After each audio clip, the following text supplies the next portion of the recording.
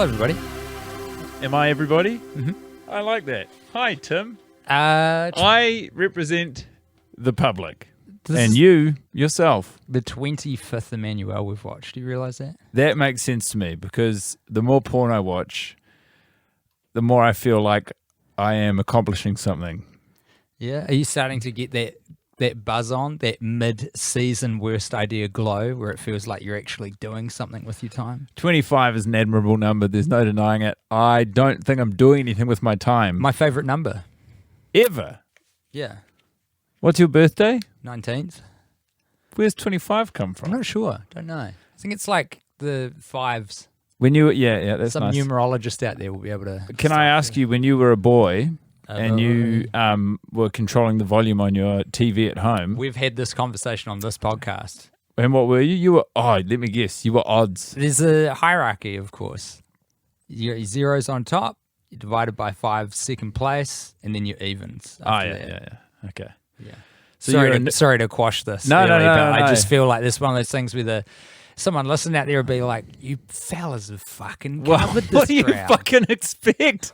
I feel like I spent half my life talking to you. That is the correct ranking system, by the It way. is, isn't it? And it's seemingly universal. But we didn't discuss it. this is why as a species, we didn't get Yeah. together and put it to committee vote. It's just in our a nice DNA. way to organise numbers. We fucking love numbers, man. Human beings. We're built for Well, them. I mean, we invented them, so true. why not enjoy them? Yeah. Why not exploit the thing we created? It literally divvies up everything, doesn't it? A number. We love to categorize, make our little groups, count our little groups. That's right. Would you rather go without numbers or letters? I'd rather go without numbers, I think. And how? Well, I came in so hot, and then midway through, I was like, I should actually have a good think before I lock it in. So I And did. if you've gone for numbers over letters, then how would you be talking to me right now? No, I've dropped numbers. I'm retaining letters. Oh, fuck yeah, dude. Yeah. That to me, that feels like the Wild West. Dropping numbers? Yeah. I think it's good.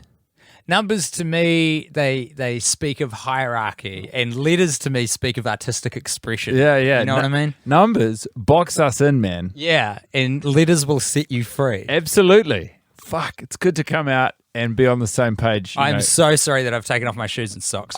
It's incredible. You've done it as Disgusting. soon as we've started recording. I'm going to move them. Right after you've closed the door in what is famously a real sweatbox of a studio. Sweltering studio. So yeah, we've watched 25 pornographic films. Today, we didn't watch it together, although we are together in person right now. What a journey. Tim, tell me about your viewing experience, the cinema in which you appreciated, Emmanuelle 2000, the jewel of Emmanuelle. This was an interesting one because I was on a different podcast today. I watched am I allowed to mention a film that isn't Emmanuelle on this? Yeah. It's called The Quiet Earth. Did anyone fuck? Yes. Yep. Okay, yeah, then please. There were a couple fucking scenes, I think. Go ahead. But they were tastefully done. Okay. It's have you heard of it? It's a New Zealand film from 1985 starring Bruno Lawrence, directed by Jeff, what's his name, who did Goodbye Pork Pie. Ah, yes. He has a son now who directed the reboot of Goodbye Pork Pie. Oh, yeah, that's right. Yeah. I know. I didn't see that one. People love doing that. They love having sons or daughters or Intergenerational directorships. anyone, yeah. But The Quiet Earth ruled. So I watched that for a different pod. Who the bloody hell are you talking to movies about that's not me? Our friend Chris. Parker. No. Chris in America. Oh, yes. Who is a I'm going to record... fuck up his last name, but it's like Gilbrati. I always say It's it written, so I Italian. never say it out loud. And you didn't say it on the podcast. I don't say people's full names.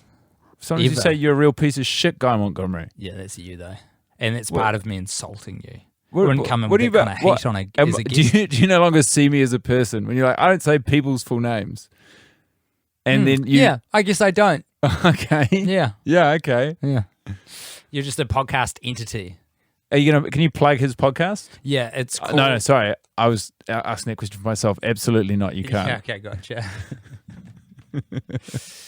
No, it's mean to you, which is fun, but it's not nice so to you Chris. asked me a question and I'm answering it. So I watched that movie in 2 helpings because I had a bit of a hectic day today. So I watched that as I was drifting off to sleep last night. Oh, wow, Went to bed at midnight, I watched half of it, and then fell asleep, and then got up very early to go on the radio, and then watched the second half of The Quiet Earth as I was walking to the radio station. Of course. Phone in hand, Bluetooth headphones, Yeah. making me perilously close to killing myself in traffic. Man of the people. And then fucking hot-tailed, it's not it, hot-wheeled, hightailed it back home to watch a pornographic film of my choosing, and then recorded the podcast with those guys. Right after you'd watched Emmanuelle. Yeah. Were your wires crossed at all? I think I kept my shit together because I took a lot of notes Ah, for man. Emmanuelle, but not for... But so you'd Quiet filed Earth. away all of your Emmanuelle thoughts here, and then you had all of your Quiet Earth thoughts over here. You got it. Do you prefer guesting on a podcast or being a host of a podcast? I like hosting, eh? Really? I like both, to be honest. But like with hosting, because you just know exactly what temperature the water is, Yeah. and you can control it. If it's too hot, you can turn the other tap. You wouldn't turn the taps on another person's bath? Not my place. Oh, wow, really? Not my place to do it. What would you say? This is Would a you- bad analogy because I don't know what kind of bath I'm getting. No, I that like it. belongs to Would you someone not- else. would you not- But I'm entering, but I cannot adjust yeah. the temp. Can you not cautiously say, hey, you guys finding it a bit hot in here? God, it's so hot. What is the podcast equivalent of that? I don't know, like a conversation you're Just uncomfortable with. stop down everything that's happening and go, hey guys, this is actually a bit freewheeling for my liking. That's so if we could just stay on path. literally how I open if I guest on anyone else's podcast. I do not feel- like the freewheeling nature of these introductions. I always thought you were doing it ironically, but Guy Montgomery, No, man. he hates I'm a- momentum in podcasts. I'm famously a big Law and Order podcaster. Yeah. Chaotic evil. Yeah, That's you. that is or me. lawful evil. Lawful evil. That's probably better. So you just watched it here in the studio? Sure did. Big old screen. Yeah. Big old speakers. Big old Today's. Yeah, that was the nature of this, and took scrupulous notes. A Am I using that substantial right? amount of notes. Scrupulous is like you've observed it very closely. Yeah, So it's I suppose you did. It was a scrupulous watch then, and my notes are Extensive? voluminous, Whoa. What's voluminous? like the adjective of volume. Ah, Big. A large volume Should of say notes. big. Lots. Fantastic. I did not experience sort of this You're hot off a watch. cinematic equivalent of Emmanuelle 2000. It's not even the Jewel of Emmanuelle. I believe it's just Jewel of Emmanuelle. You got it. No, You've been in planes, trains, automobiles. I have 2 out of 3 ain't bad. I knew I had to watch this all It's only day. 2 out of 4. Planes, trains, automobiles. I'm wrong. Yeah, and that would make me correct. I was traveling back from Dunedin, which is where I woke up this morning. I woke up very early, and Olive and I, who is my stepdaughter, I suppose is the appropriate terminology, we flew back from Dunedin to Auckland, and I knew I was under some amount of time pressure to watch a porno today, and obviously if it's just you and your 5.5-year-old child, there's not a lot of vacant windows where you can sort of skive off to enjoy, the sensual offerings of Emmanuelle et al. And so, I like that you're still phrasing it as if this is like a by choice watch. No, This is something to be, Emmanuelle is something to be enjoyed. well, I occupied an interesting space where we sort of, from morning, I knew until I dropped Olive at school that I was not going to be able to watch this porn. And I didn't want to watch the porn, but At also all. everything that got in the way of me watching the porn was a frustration to me. I know what you mean. And so it was a very sort of interesting equation. And we got caught on the tarmac for close to an hour. And this, Which word is that's prime movie watching well, time. it is. But I tell you what, it's already in the world of a 5.5-year-old and New Zealand, the 2-hour flight from Dunedin to Auckland is substantial. But you throw an hour on that of just sitting still. Fuck, man. You have got to have a deep bag of tricks to just try and usher this 5.5. Like their concept of time is totally different from ours. 10 it's a big ask. minutes is a long time. Yes, it is. An hour? 3 hours, and the whole time I'm just becoming frustrated at the plane, at the airline. I'm thinking, how can you simultaneously frustrate me by ensuring I have to, somehow conjure an extra hour of entertainment value out of myself while delaying my ability to watch this porno? And so... And how did it go? Well, the flight... Well, your ability to sort of distract a 5.5-year-old for that amount of time. That went great. And I got to say, Olive was a delight. I was fantastic. We were a real dream team. You're a good duo. You're a powerful duo. We are an incredible duo. And we had a lot of laughs. We had a lot of good times. And I got her to school. And then I was going to come around and watch it here. And you said, I'm busy. I'm recording a podcast. And I thought, but then I thought, do you know what? Actually, I haven't had any lunch. I can't arrive here hungry. You don't want to podcast hungry. You don't. Like to perform stand-up comedy hungry, but you don't want to podcast hungry. Oh. And so I went to a cafe and I watched it. I tried to watch it on my computer. Honeybone. No. Ripe. No. I tried to watch it on my computer, but there was an unstable Wi-Fi connection, and so I had to watch it on my phone. And I had a salad, and I watched some porn, and about halfway into the porn, I started looking around to see if there were any cameras that were trained on what I was doing, because I figured it looked pretty sus. It doesn't look great. It does not look good. It's kind of a good thing we're like locked away at the moment while we're doing this season. Less travel, Yeah. Because we would be in Australia by rights right now. We would. Preparing for or performing in the Melbourne International Comedy Which is Festival. happening right now, by the way. If you're in Melbourne and you're listening, I know that you've been waiting for something to do for quite a long while, because you famously had a hell of a lockdown last year. Get out there and support some of your Australian comedians. And enjoy them as well, It's not just about biffing. It's not charity. You'll have a good time. And if you're a member of Australian Parliament right now, pull your fucking finger out. Jesus Christ. Well, that's not You what lot need a clip around the They ears. really do. That's not what we had to talk about. Anyway, all that to say that it was an interesting day, and that I like that you waved a political carrot in front of my face, and then you're like, "Oh, Tim's got a whiff of it." That's right. I was frustrated not to be watching the porn, and then as soon as I was watching the porn, it did not provide the palpable sense of relief I thought it might. I was like, "Oh, that's right.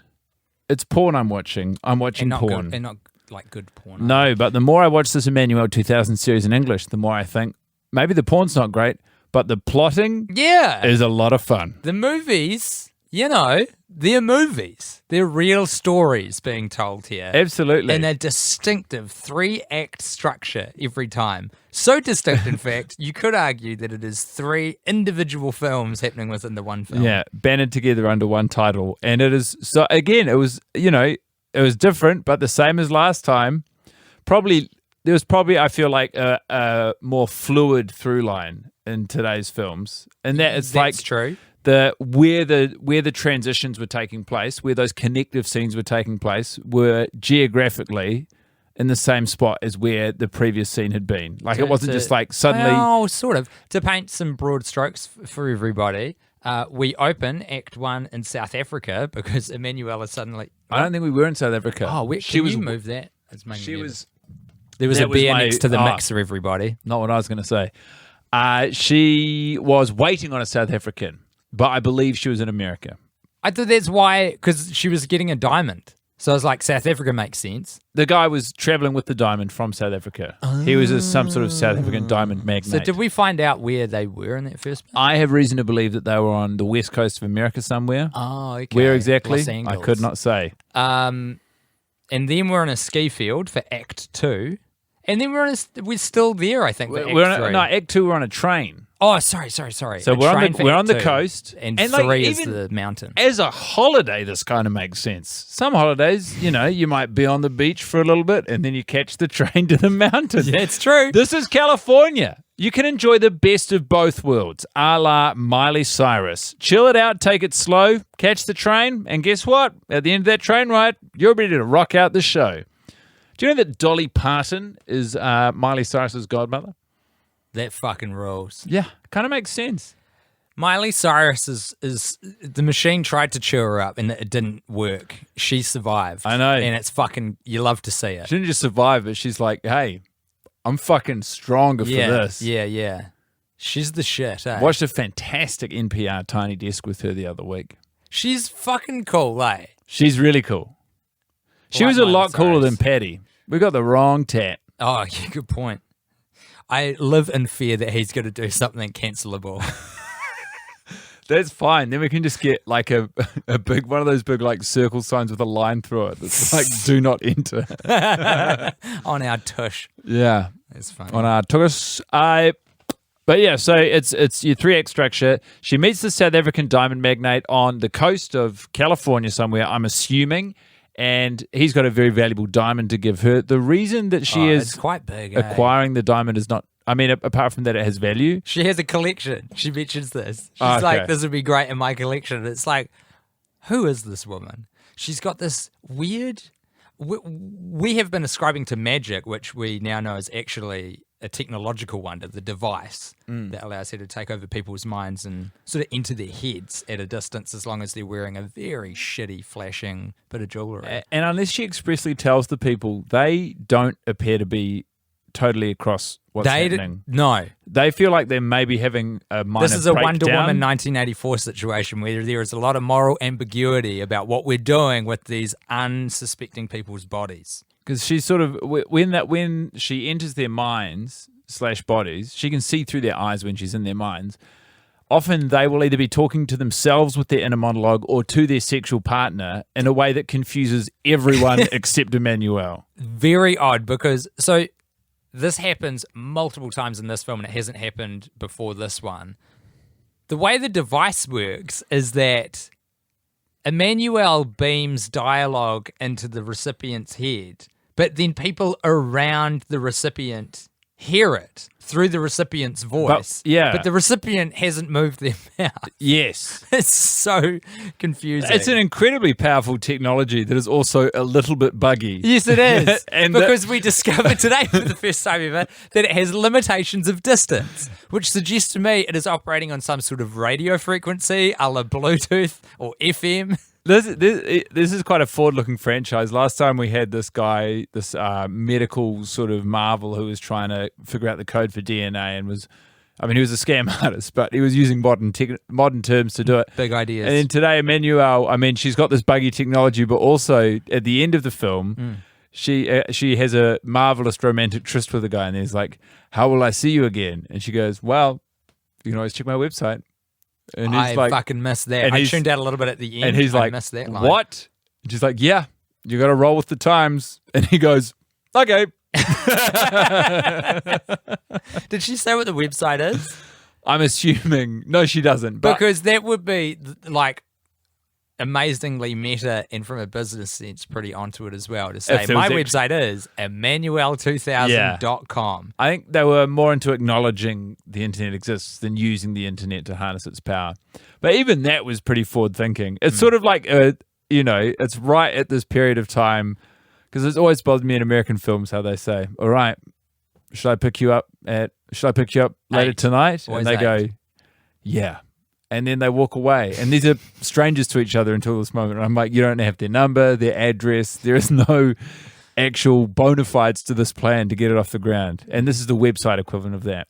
So they're somehow championing this traditional American cause of not knowing where or who each other are. The Google algorithm is in its infancy. You're trying to find a woman based on the scant amount of information you have right now. What is that? Impossible task. Is that the characters don't want to be vulnerable or like ruin their smooth moment by saying, "Hey, just so you know, you haven't said your address. So if you just say your address, then I could actually come and pick you up." Yeah, I think it's one of those things that you ascribe to movie magic, because if you have to stop down and answer all those details, it's just a real drag on the magic of movies.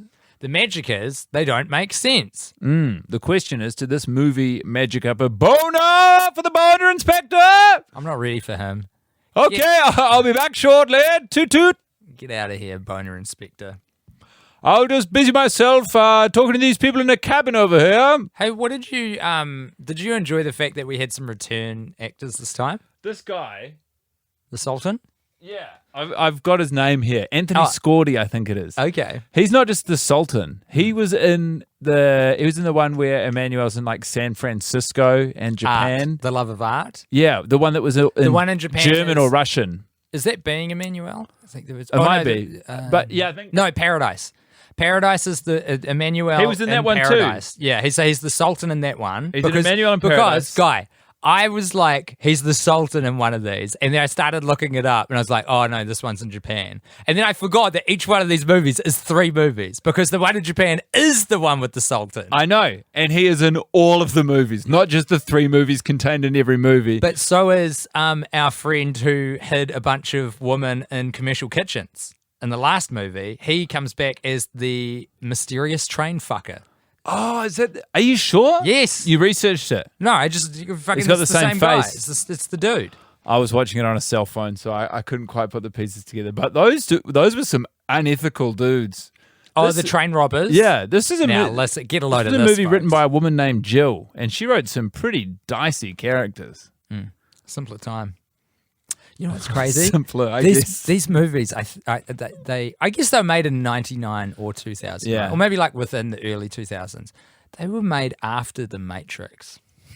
How crazy is that? As shit as they look and are, things are supposed to get better over time. I don't know that these movies had the same ambition as The Matrix Yeah, or the you might same be right. cultural reach.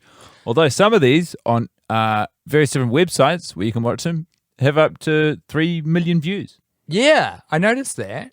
The one we watched today, Not so much. 800,000 still, hits on there. It's not a bad innings. it's not zero. One thing that this movie, I believed, had in common with the Matrix trilogy is a UK dance act called Fluke.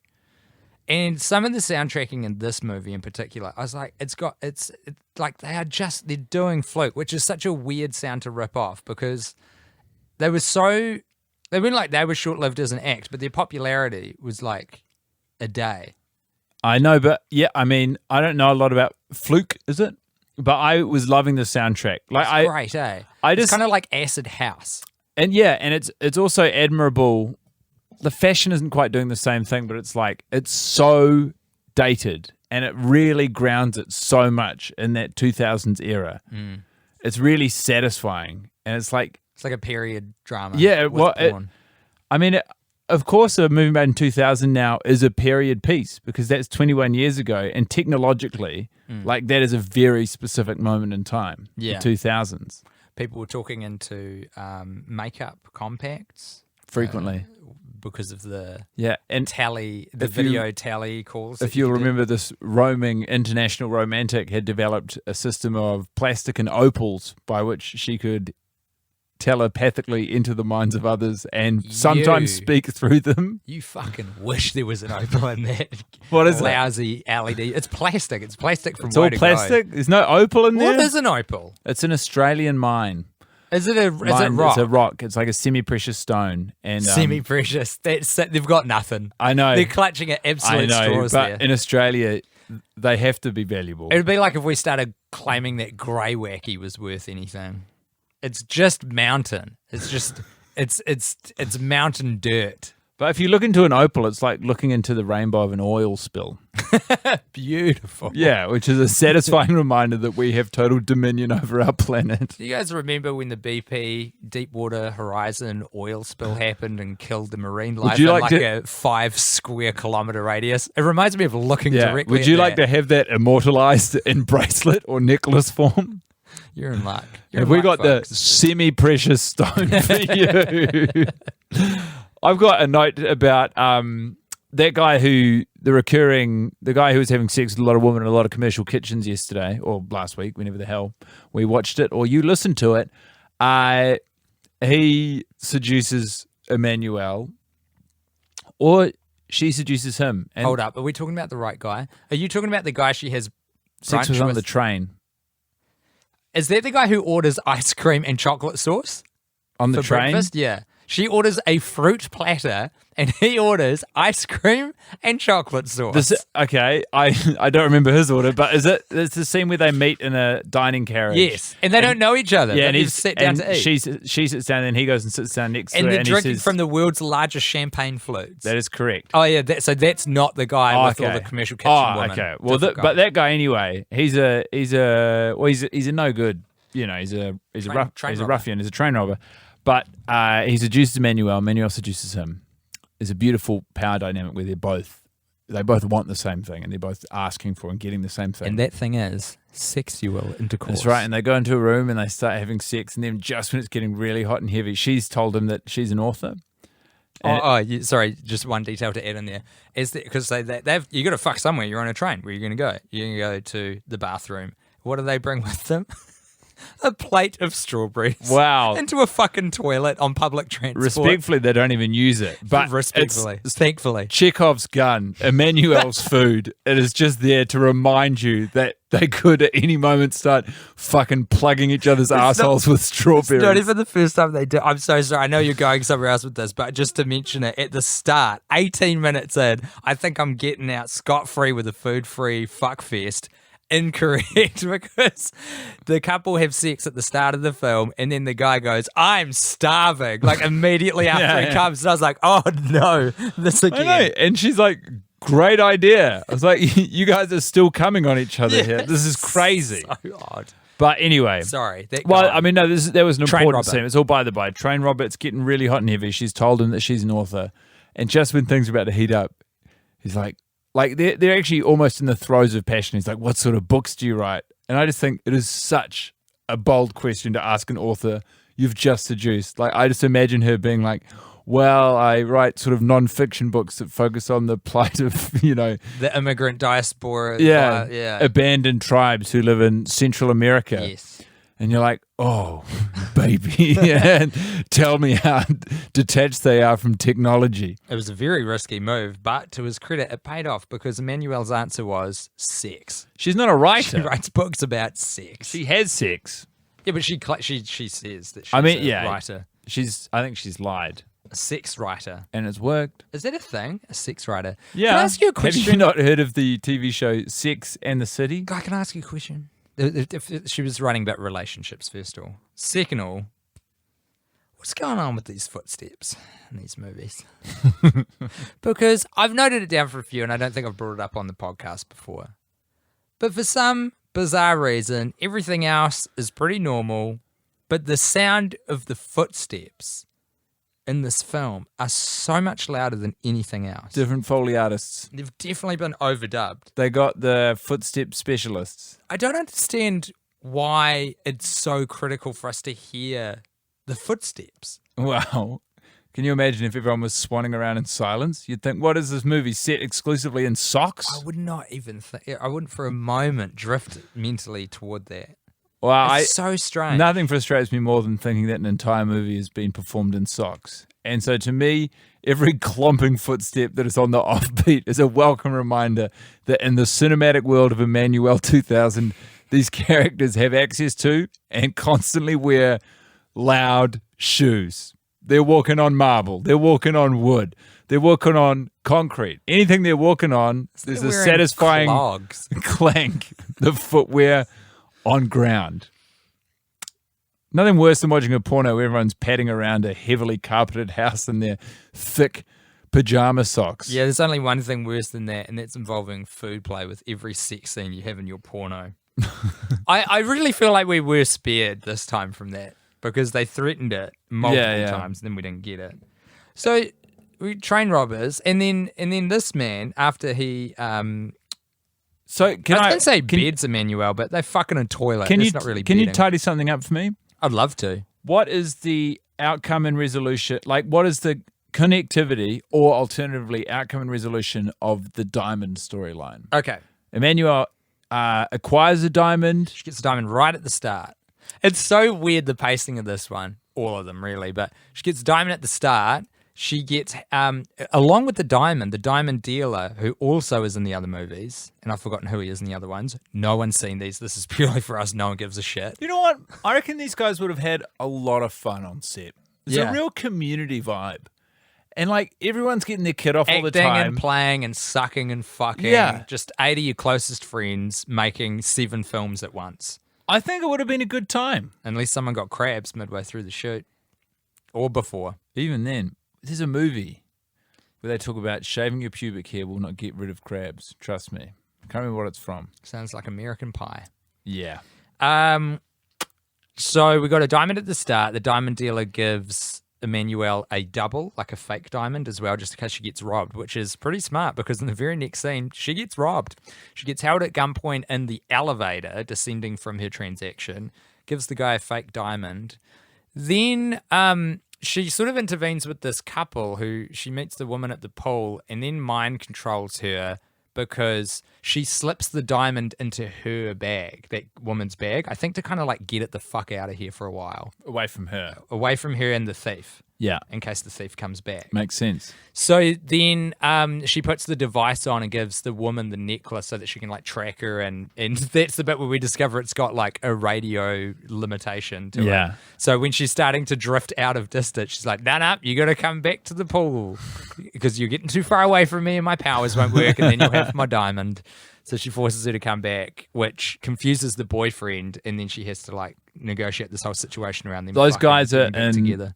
A toxic relationship, and It's fucking whatever. It's fine. Who cares? But Emmanuelle is like, she fucks up a lot of people in this movie. I know, but Emmanuelle, because I sort of have an implicit trust of Emmanuelle's character through the entire franchise, where it's like her heart is frequently in the right place, and she sort of does have a deeper understanding of human relationships and sex than most. But in this instance, it's like these two are not a good match. The guy is up to no good at all. He's fine. And they have some sort of blowout, and then they have sex, and they go, oh, how good is makeup sex? Yeah. And to me, I'm thinking alarm bells here. I'm thinking... Because this is happening so frequently. Yeah. And then Emmanuelle's like on the train, and she's going, another happy couple in love. Yes. I think they're not in love.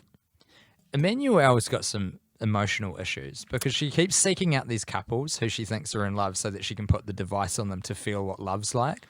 Because she's just going around having meaningless sex all the time. She needs a boyfriend or you girlfriend. reckon? She needs a committed relationship with someone. I feel like that's what is the hidden driving force of all these films. I think the driving force of the films is that she's experiencing life the way that anyone might fantasize they could experience life as this international traveler. Grass is always greener. It's like, this is your ultimate fantasy, being a diamond trading art collecting fuck machine who befriends sultans and vagabonds alike and just travels the earth on some confusing person's dime, answers to Maggie and Philip every movie for no reason in particular, the Caribbean, by a pool, constantly. But you see it, and then the whole moral of this is, see, she's got everything you think you want. She's not happy. She keeps seeking out these couples because what she really wants is like lasting relationships. She's not unhappy though. You never see her in angst. I think she's unfulfilled. Wow. Maybe. I don't fucking care. No, dude. It's just porn. No. This is that 25 milestone. This is us all of a sudden. This is the abyss looking back at us, is what this is. It's not meaningless. It's the talk of someone with a screw loose, i.e. myself. You're running scared because all of a sudden there's meaning in the depths of our softcore pornographic franchise. Much like Emmanuelle when faced with the possibility of getting what she wants, a committed relationship. I run the other way when I find meaning in what I'm doing. Where the fuck were we with the plot? The thieves? Oh, yeah, so this is the worst bit. Oh, no, you were tidying up the diamond outcome. Oh, fuck, I don't even know, man. I literally don't know. I know how to tie this. I don't know. So they abandon the diamond plot. Well, they don't, because Emmanuelle gets the diamond back. So that's like a neat little everything's solved. So that's like the 20-minute mark. And then we go to the then we're like, immediately we're just in a train. It's like, okay, cool. And Emmanuelle's watching this couple canoodling. And they start fucking. Big time. Just on the train while Emmanuelle's sitting next to them and a server keeps coming around taking drinks orders. They don't care. No one cares. It's crazy. It's a train. This is public transport. What would you do? Not fuck on a train? No, you're not in the couple. You're Emmanuelle. Oh. Well, what do you mean? What does she do? She just watches for most of it. Yeah, what would you do? Oh, like, would I intervene? I'd move. But I'm not saying she should. I'm just saying the couple probably shouldn't fuck out in the open on a train. We got a word for you, for people like you on trains. What? Yeah, a prude. Okay, I got there. Got there early. So then I am trying to remember how the diamond ties into this. Maybe it doesn't at this point. But She fucks train robber guy number 1, who we don't know is a train robber, until Respecta. they have fucked, and then he takes her handbag, passport, I think, makeup, wallet, and inadvertently the necklace. Yeah. The necklace. The magical necklace. But not the diamond. Maybe the diamond. Oh, no, he does get the diamond. There it is. He does get the diamond. You should So have I guess that's seen what it his is. eyes light up like a diamond in the sky. So he's teamed up with this other guy, and this is grotesque in the extreme. But the other guy, they're in this they're in a, I don't know, what would you call it, apartment? Cabin. A basement, it looks like. A room. They're in a room. 2 guys in a room. Train robber number 1, train robber's friend. Train robber's friend has a woman coming over, so train robber hides behind a curtain, and when train robber's friend is having sex with this woman who's come round, train robber pulls out a camera and starts taking snaps of them without her knowledge whatsoever. They fuck to completion. She leaves. This is a plot to blackmail The the woman. It's something that they do on the there is a system. Yeah. Crazy stuff. And Emmanuelle, through the power of her necklace the technology. guy has put the necklace in his pocket, I think, Yeah, and then the yeah. woman discovers it. She's like, this is pretty. She puts it on. So now Emmanuelle is in her head, She's on the inside. and she can see through her eyes, feel through her clitoris, and absorb the world through her mind. And occasionally, incidentally communicate through her externalized subconscious. Yeah, this is fucking confusing, eh?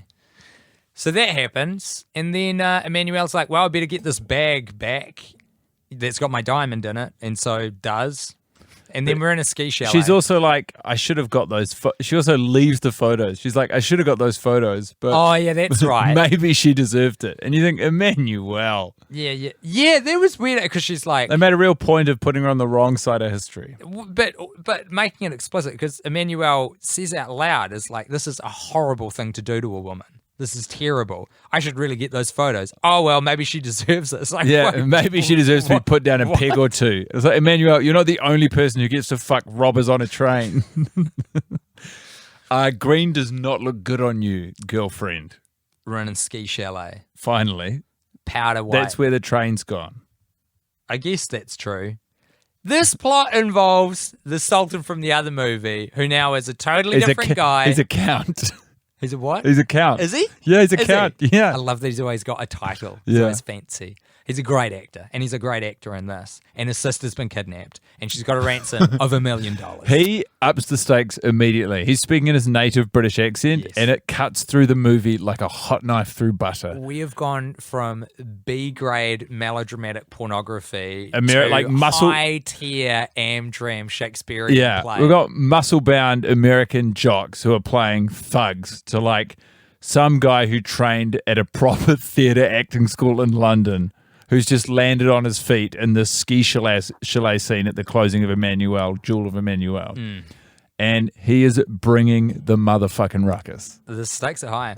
They're friends, Emmanuelle and he, but not from where you think, which is him being assaulted. They're friends from a time we have no knowledge of. Yeah, but they haven't got an They're established friends because relationship. they have the same friends, who are those people by the pool in the Caribbean. That's true. Weirdly, this is the only time that we find out Maggie and Philip are probably real and a shared experience for another character. So he is like, hey, our mutual friend sent me. My sister's been kidnapped. There's a ransom of $1 million. We then later find it. So like, then they come up with this plan to lure the kidnappers, who are completely different guys, or are they related to the train robbers somehow? Are they the train robbers? I don't think they are. Anyway, it doesn't matter. So They much. look, do you know, there is a type who shows up in this movie, which is like a sort of brown, blonde, sort of pretty tasty body, but slightly fucking stupid face dude. And they show up in every other scene, and it's really confusing as to which one's which and if there's more than one of them. But yeah, so they're Just various at least 45-year-old kind of in shape white guys swapping sexual positions. So and they're sort of spiritually related, but they might not be the same actor or character. The kidnapping is a ruse. The sister is in on it. That's right. So the Count's sister has been kidnapped, and he has to use Emmanuelle and her incredible sort of buggy technology to discover the whereabouts of his sister who has been kidnapped and whether or not the kidnapper who he's meeting up with to drop the cash is in fact telling the truth. Great scene though. Emmanuelle uses the device on the kidnapper because the count is trying to discern, If he's this is being on fucked the over level, or not, yeah. Maybe the sister's been killed. Aye. And so what Emmanuelle does for some reason, she's like, well, the best thing that we could do is he'll wear the necklace, I'll wear the crown device, and then when you guys are having your chat to confirm the money transfer, whenever he says something, I'll enter his mind and assess whether it's true. And if it is true, I will force him to put his hand up. So he keeps doing that mid-conversation, and a waiter comes over to take his order each time, and it is hilarious. Yeah, and he doesn't realize he's putting his hand up, and the waiter will be like, can I get you anything? And then he'll be like, what the hell? And he'll look at his hand, it'll be up, and he'll go, what? It's a pretty convoluted and good comedy and then beat he'll say, for a porno. Yeah, he'll say, no, get out of here. And then it will happen again and again. And yeah, I don't hate it. This is the entire movie. They discover that it's a ruse, but this guy has a confusing relationship with his sister. Didn't you find that was weird? Yeah. But he loves her, and she loves him. And I kind of thought they were going to fuck. Money doesn't solve all your problems. So it would seem, here's a family. What does a count? You've read The Count of Monte Cristo, haven't you? No. Oh. But I know it exists. So in many ways, I have. A count is someone who has a title and It's like a medium, land baron. Like a lot of money to everyone, but in the world of wealth, a medium amount of money. Yeah. That sounds right to me. Aristocracy, but not like royalty. Yeah. Anyway. Like a lord. Our boy, the Count, he's got a great accent. His sister is sort of a troublemaker. She's in on the ruse, so she's like, just tell my brother that I've been kidnapped. I'm in on it. We'll get the money, and then we'll go on holiday in the Cayman Islands. Bounce. And, you know, fun fact? Yeah. I'm going to let you finish. No. Holly Sampson, who plays Emmanuelle in Emmanuelle 2000, was probably in a sexual relationship with Tiger Woods. How do you know that? I found it on the internet. Hey. Good on her. I assume that's what she wanted, and it's what she got. She's a good actor. Yeah, she's a right, eh? I like her turn as Emmanuelle. Yeah. I say that both as a performer and as someone in a long line of playing the vaunted softcore pornographic character, Emmanuelle. Boner Inspector! There he is. Hello. Hello! Are you ready for me? Yes. Anything to report? Nothing to report here, sir. Well, fuck you, bro. I'm getting sick and tired of coming around here weekly. Boner Inspector. Yes? This entire film's duration, I asked myself silently inside my own head, how am I supposed to jack it to this? Because the sex scenes were pretty few and far between in this little number, which I was actually okay with because the story really was doing a lot of things. But never heard of a story getting you hard, boy? No. Actually, come to think of it. Well, you obviously don't have an appreciation for the true art of cinema, storytelling. I guess you're really delving into a timbre that reminds me of a certain one-time James Bond actor all of a sudden. Oh, you of course must be talking about the great Timothy Dalton. Yes, I am. The second best Bond after the Australian model George Lazenby. Famously, Timothy Dalton. What about you, Montgomery? Almost unbeatable. Any boners or bonds to speak of? No, not for lack of want. When I thought that I was going to get to watch this porno by myself, I was excited to get a boner. Yes. And I mean, I did watch it by myself in that I was the only one watching it in a public cafe. And thankfully for me, not a boner to speak of. I then watched the second half of it, Tim, at your house, outside at a table, underneath the shade of an awning. Yeah. And while I was watching it, both your flatmate and your wife came home and... for all involved, what a massive relief that there was not a boner to speak of. Yeah, I guess so. Not even a twitch. We're all in our 30s, though, you know. You come back to your home, Guy Montgomery's there with a laptop in front of him, big boner. Watching a porno. Shit happens. Using the Wi-Fi, watching his porn. Oh, my God. Those are the moments that I think we, What are we doing? I pumped out a tweet while I was watching it. Glad that tweet was the final word of that sentence. What was the tweet, Guy? We are Guy Montgomery and Tim Batt, and we watch softcore pornography that we do not enjoy for a living. On that note, Yes. Okay. Hi, On this note, George Lazenby. Yes. Is it? I would know that voice anywhere. well, forget about my voice. Do you not recognize the fact I've got a boner tucked into the collar of my shirt? Yeah, it's pretty unmistakable. It's like watching a man who's got a spine on the outside and in the opposite place you would expect it. That's right. So, George, traditionally you come around here with me wanting to pitch you a porno. I just want to come so badly. Would you like to hear a fantasy? Yes. Well, I imagine that I am at the zoo and I'm looking at the tigers, and the tigers are very active. And I'm thinking, oh, it's nice to finally see a mobile tiger, because so often when I go to the zoo, the tigers are sleeping. Which makes sense, because here's a giant fucking wildcat in there in this little enclosure. But I keep moving, and eventually I get to the giraffes, and it's one of those sort of interactive zoos where you get to feed the giraffes. And I've got some plants, and I'm feeding them by hand, and then I tuck one of the plants into my cravat.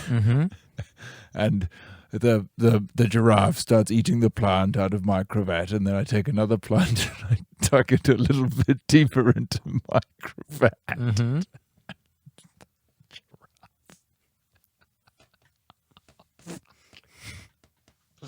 And the giraffe is eating the plant from further in my cravat, and all of a sudden, it's not just the plant the giraffe is eating. It's got its tongue wrapped around my giant, ceaseless erection. Good to see you, George. Catch you next episode. Bye. Oh man! Clink. That was a big metal door lock being locked. I hope that guy finds relief soon, because he is not well. There's a man apart. Jesus Christ. It's really hard to come back from George Lazenby's frequent appearances, but let me say this. We've got a live show happening. It's happening from memory in Auckland on the 20th of May in one of the largest venue that you can possibly be bestowed upon in the comedy festival. I'm That's terrified about the number of tickets that we have available. No. We're going to sell every single ticket, and if we don't, we're just going to perform to however many people show up. It is a part of the New Zealand International Comedy Festival. It is on Thursday, the 20th of May at 9 p.m. at the beautiful Rangatira and Q Theatre. All right, fuckos, get this. Guy and I had a little brainstorm on what to do that's a bit special for this special live event. That's right. It's a beautiful theatre, it's a beautiful room, and it's going to be really a night of magic. Well, it's a night to remember, isn't it? And truly. Also, it's a great night for us to settle any outstanding disagreements, arguments, or understanding about our respective pecking order within the podcast. To that end, we have decided to dedicate the evening to determining who the best host is, definitively, of The Worst Idea of All Time. The Worst Idea of All Time presents the best host of all time. Tim and I will pit our wits, bodies, and mental stability against one another in a series of challenges defined by us and some special guests to figure out once and for all in a binding contract that is irrevocable, unchangeable, and will last for time immemorial, which one of us motherfuckers is better. You're probably going to be involved at some stage. We haven't figured out what all the challenges are yet, but I want to involve the online global audience as well as maybe the live audience, and also obviously a panel of our peers. That's right. Who will be guesting. It is a 1-hour live show spectacular. And I guess I don't really know what the exact title is, but I guess it's something along the lines of the best. I think it's the best host. The best host of all time. Who is the best worst host? This is why your titles just get away on you. Yeah, but they make you think.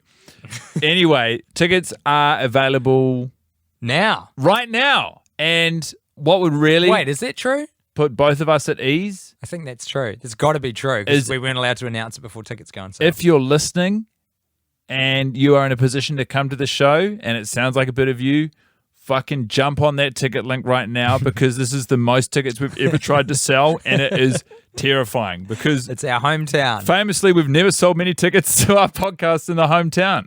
Yeah, New Zealand hates us. But if you're in New Zealand and you don't hate us, put Well, your if you're in fucking Auckland. money where your mouth is. But people might travel for this. Oh my God, don't do that. It's I not, mean, do no, but that. it's, it's on a Thursday before the last weekend of the comedy festival. That's actually a hot ticket. So if you're looking for a reason to come up to Auckland and enjoy the best of the comedy you festival. could do your working day, then jump on a plane from Wellington or Christchurch, get in just in time. You'd make it catch in a bunch time. of shows. Take the Friday off and then just fucking cut sick. It's going to be a hell of a weekend. So We've got everything set up for the America's Cup still, man. Yeah. All that fucking shit's still there for the boat people, and it's just not being used. It's here for you. Yeah. So that is on the Thursday, 20th of May, as part of the New Zealand International Comedy Festival. Please, if it sounds like you, get a ticket. We're going to put a lot into this. We've already started. Yeah, worstidea.fulltime.com for deets and ticks and whatnot. Also, just a heads up on that, my intention is to film it and at a reasonable quality so that we can have it online somehow. Might have to sell it though. I get the feeling like the venue rental alone for this is going to cost fucking heaps. So these boys got to keep their head above water somehow. So that is all we have for you this week. Thank you so much for listening. We'll see you on the Friend Zone. Love you. We'll see some of you on the Patreon, and the Yes. rest of you, we'll See you on probably the street. Yeah, we'll see you on the street.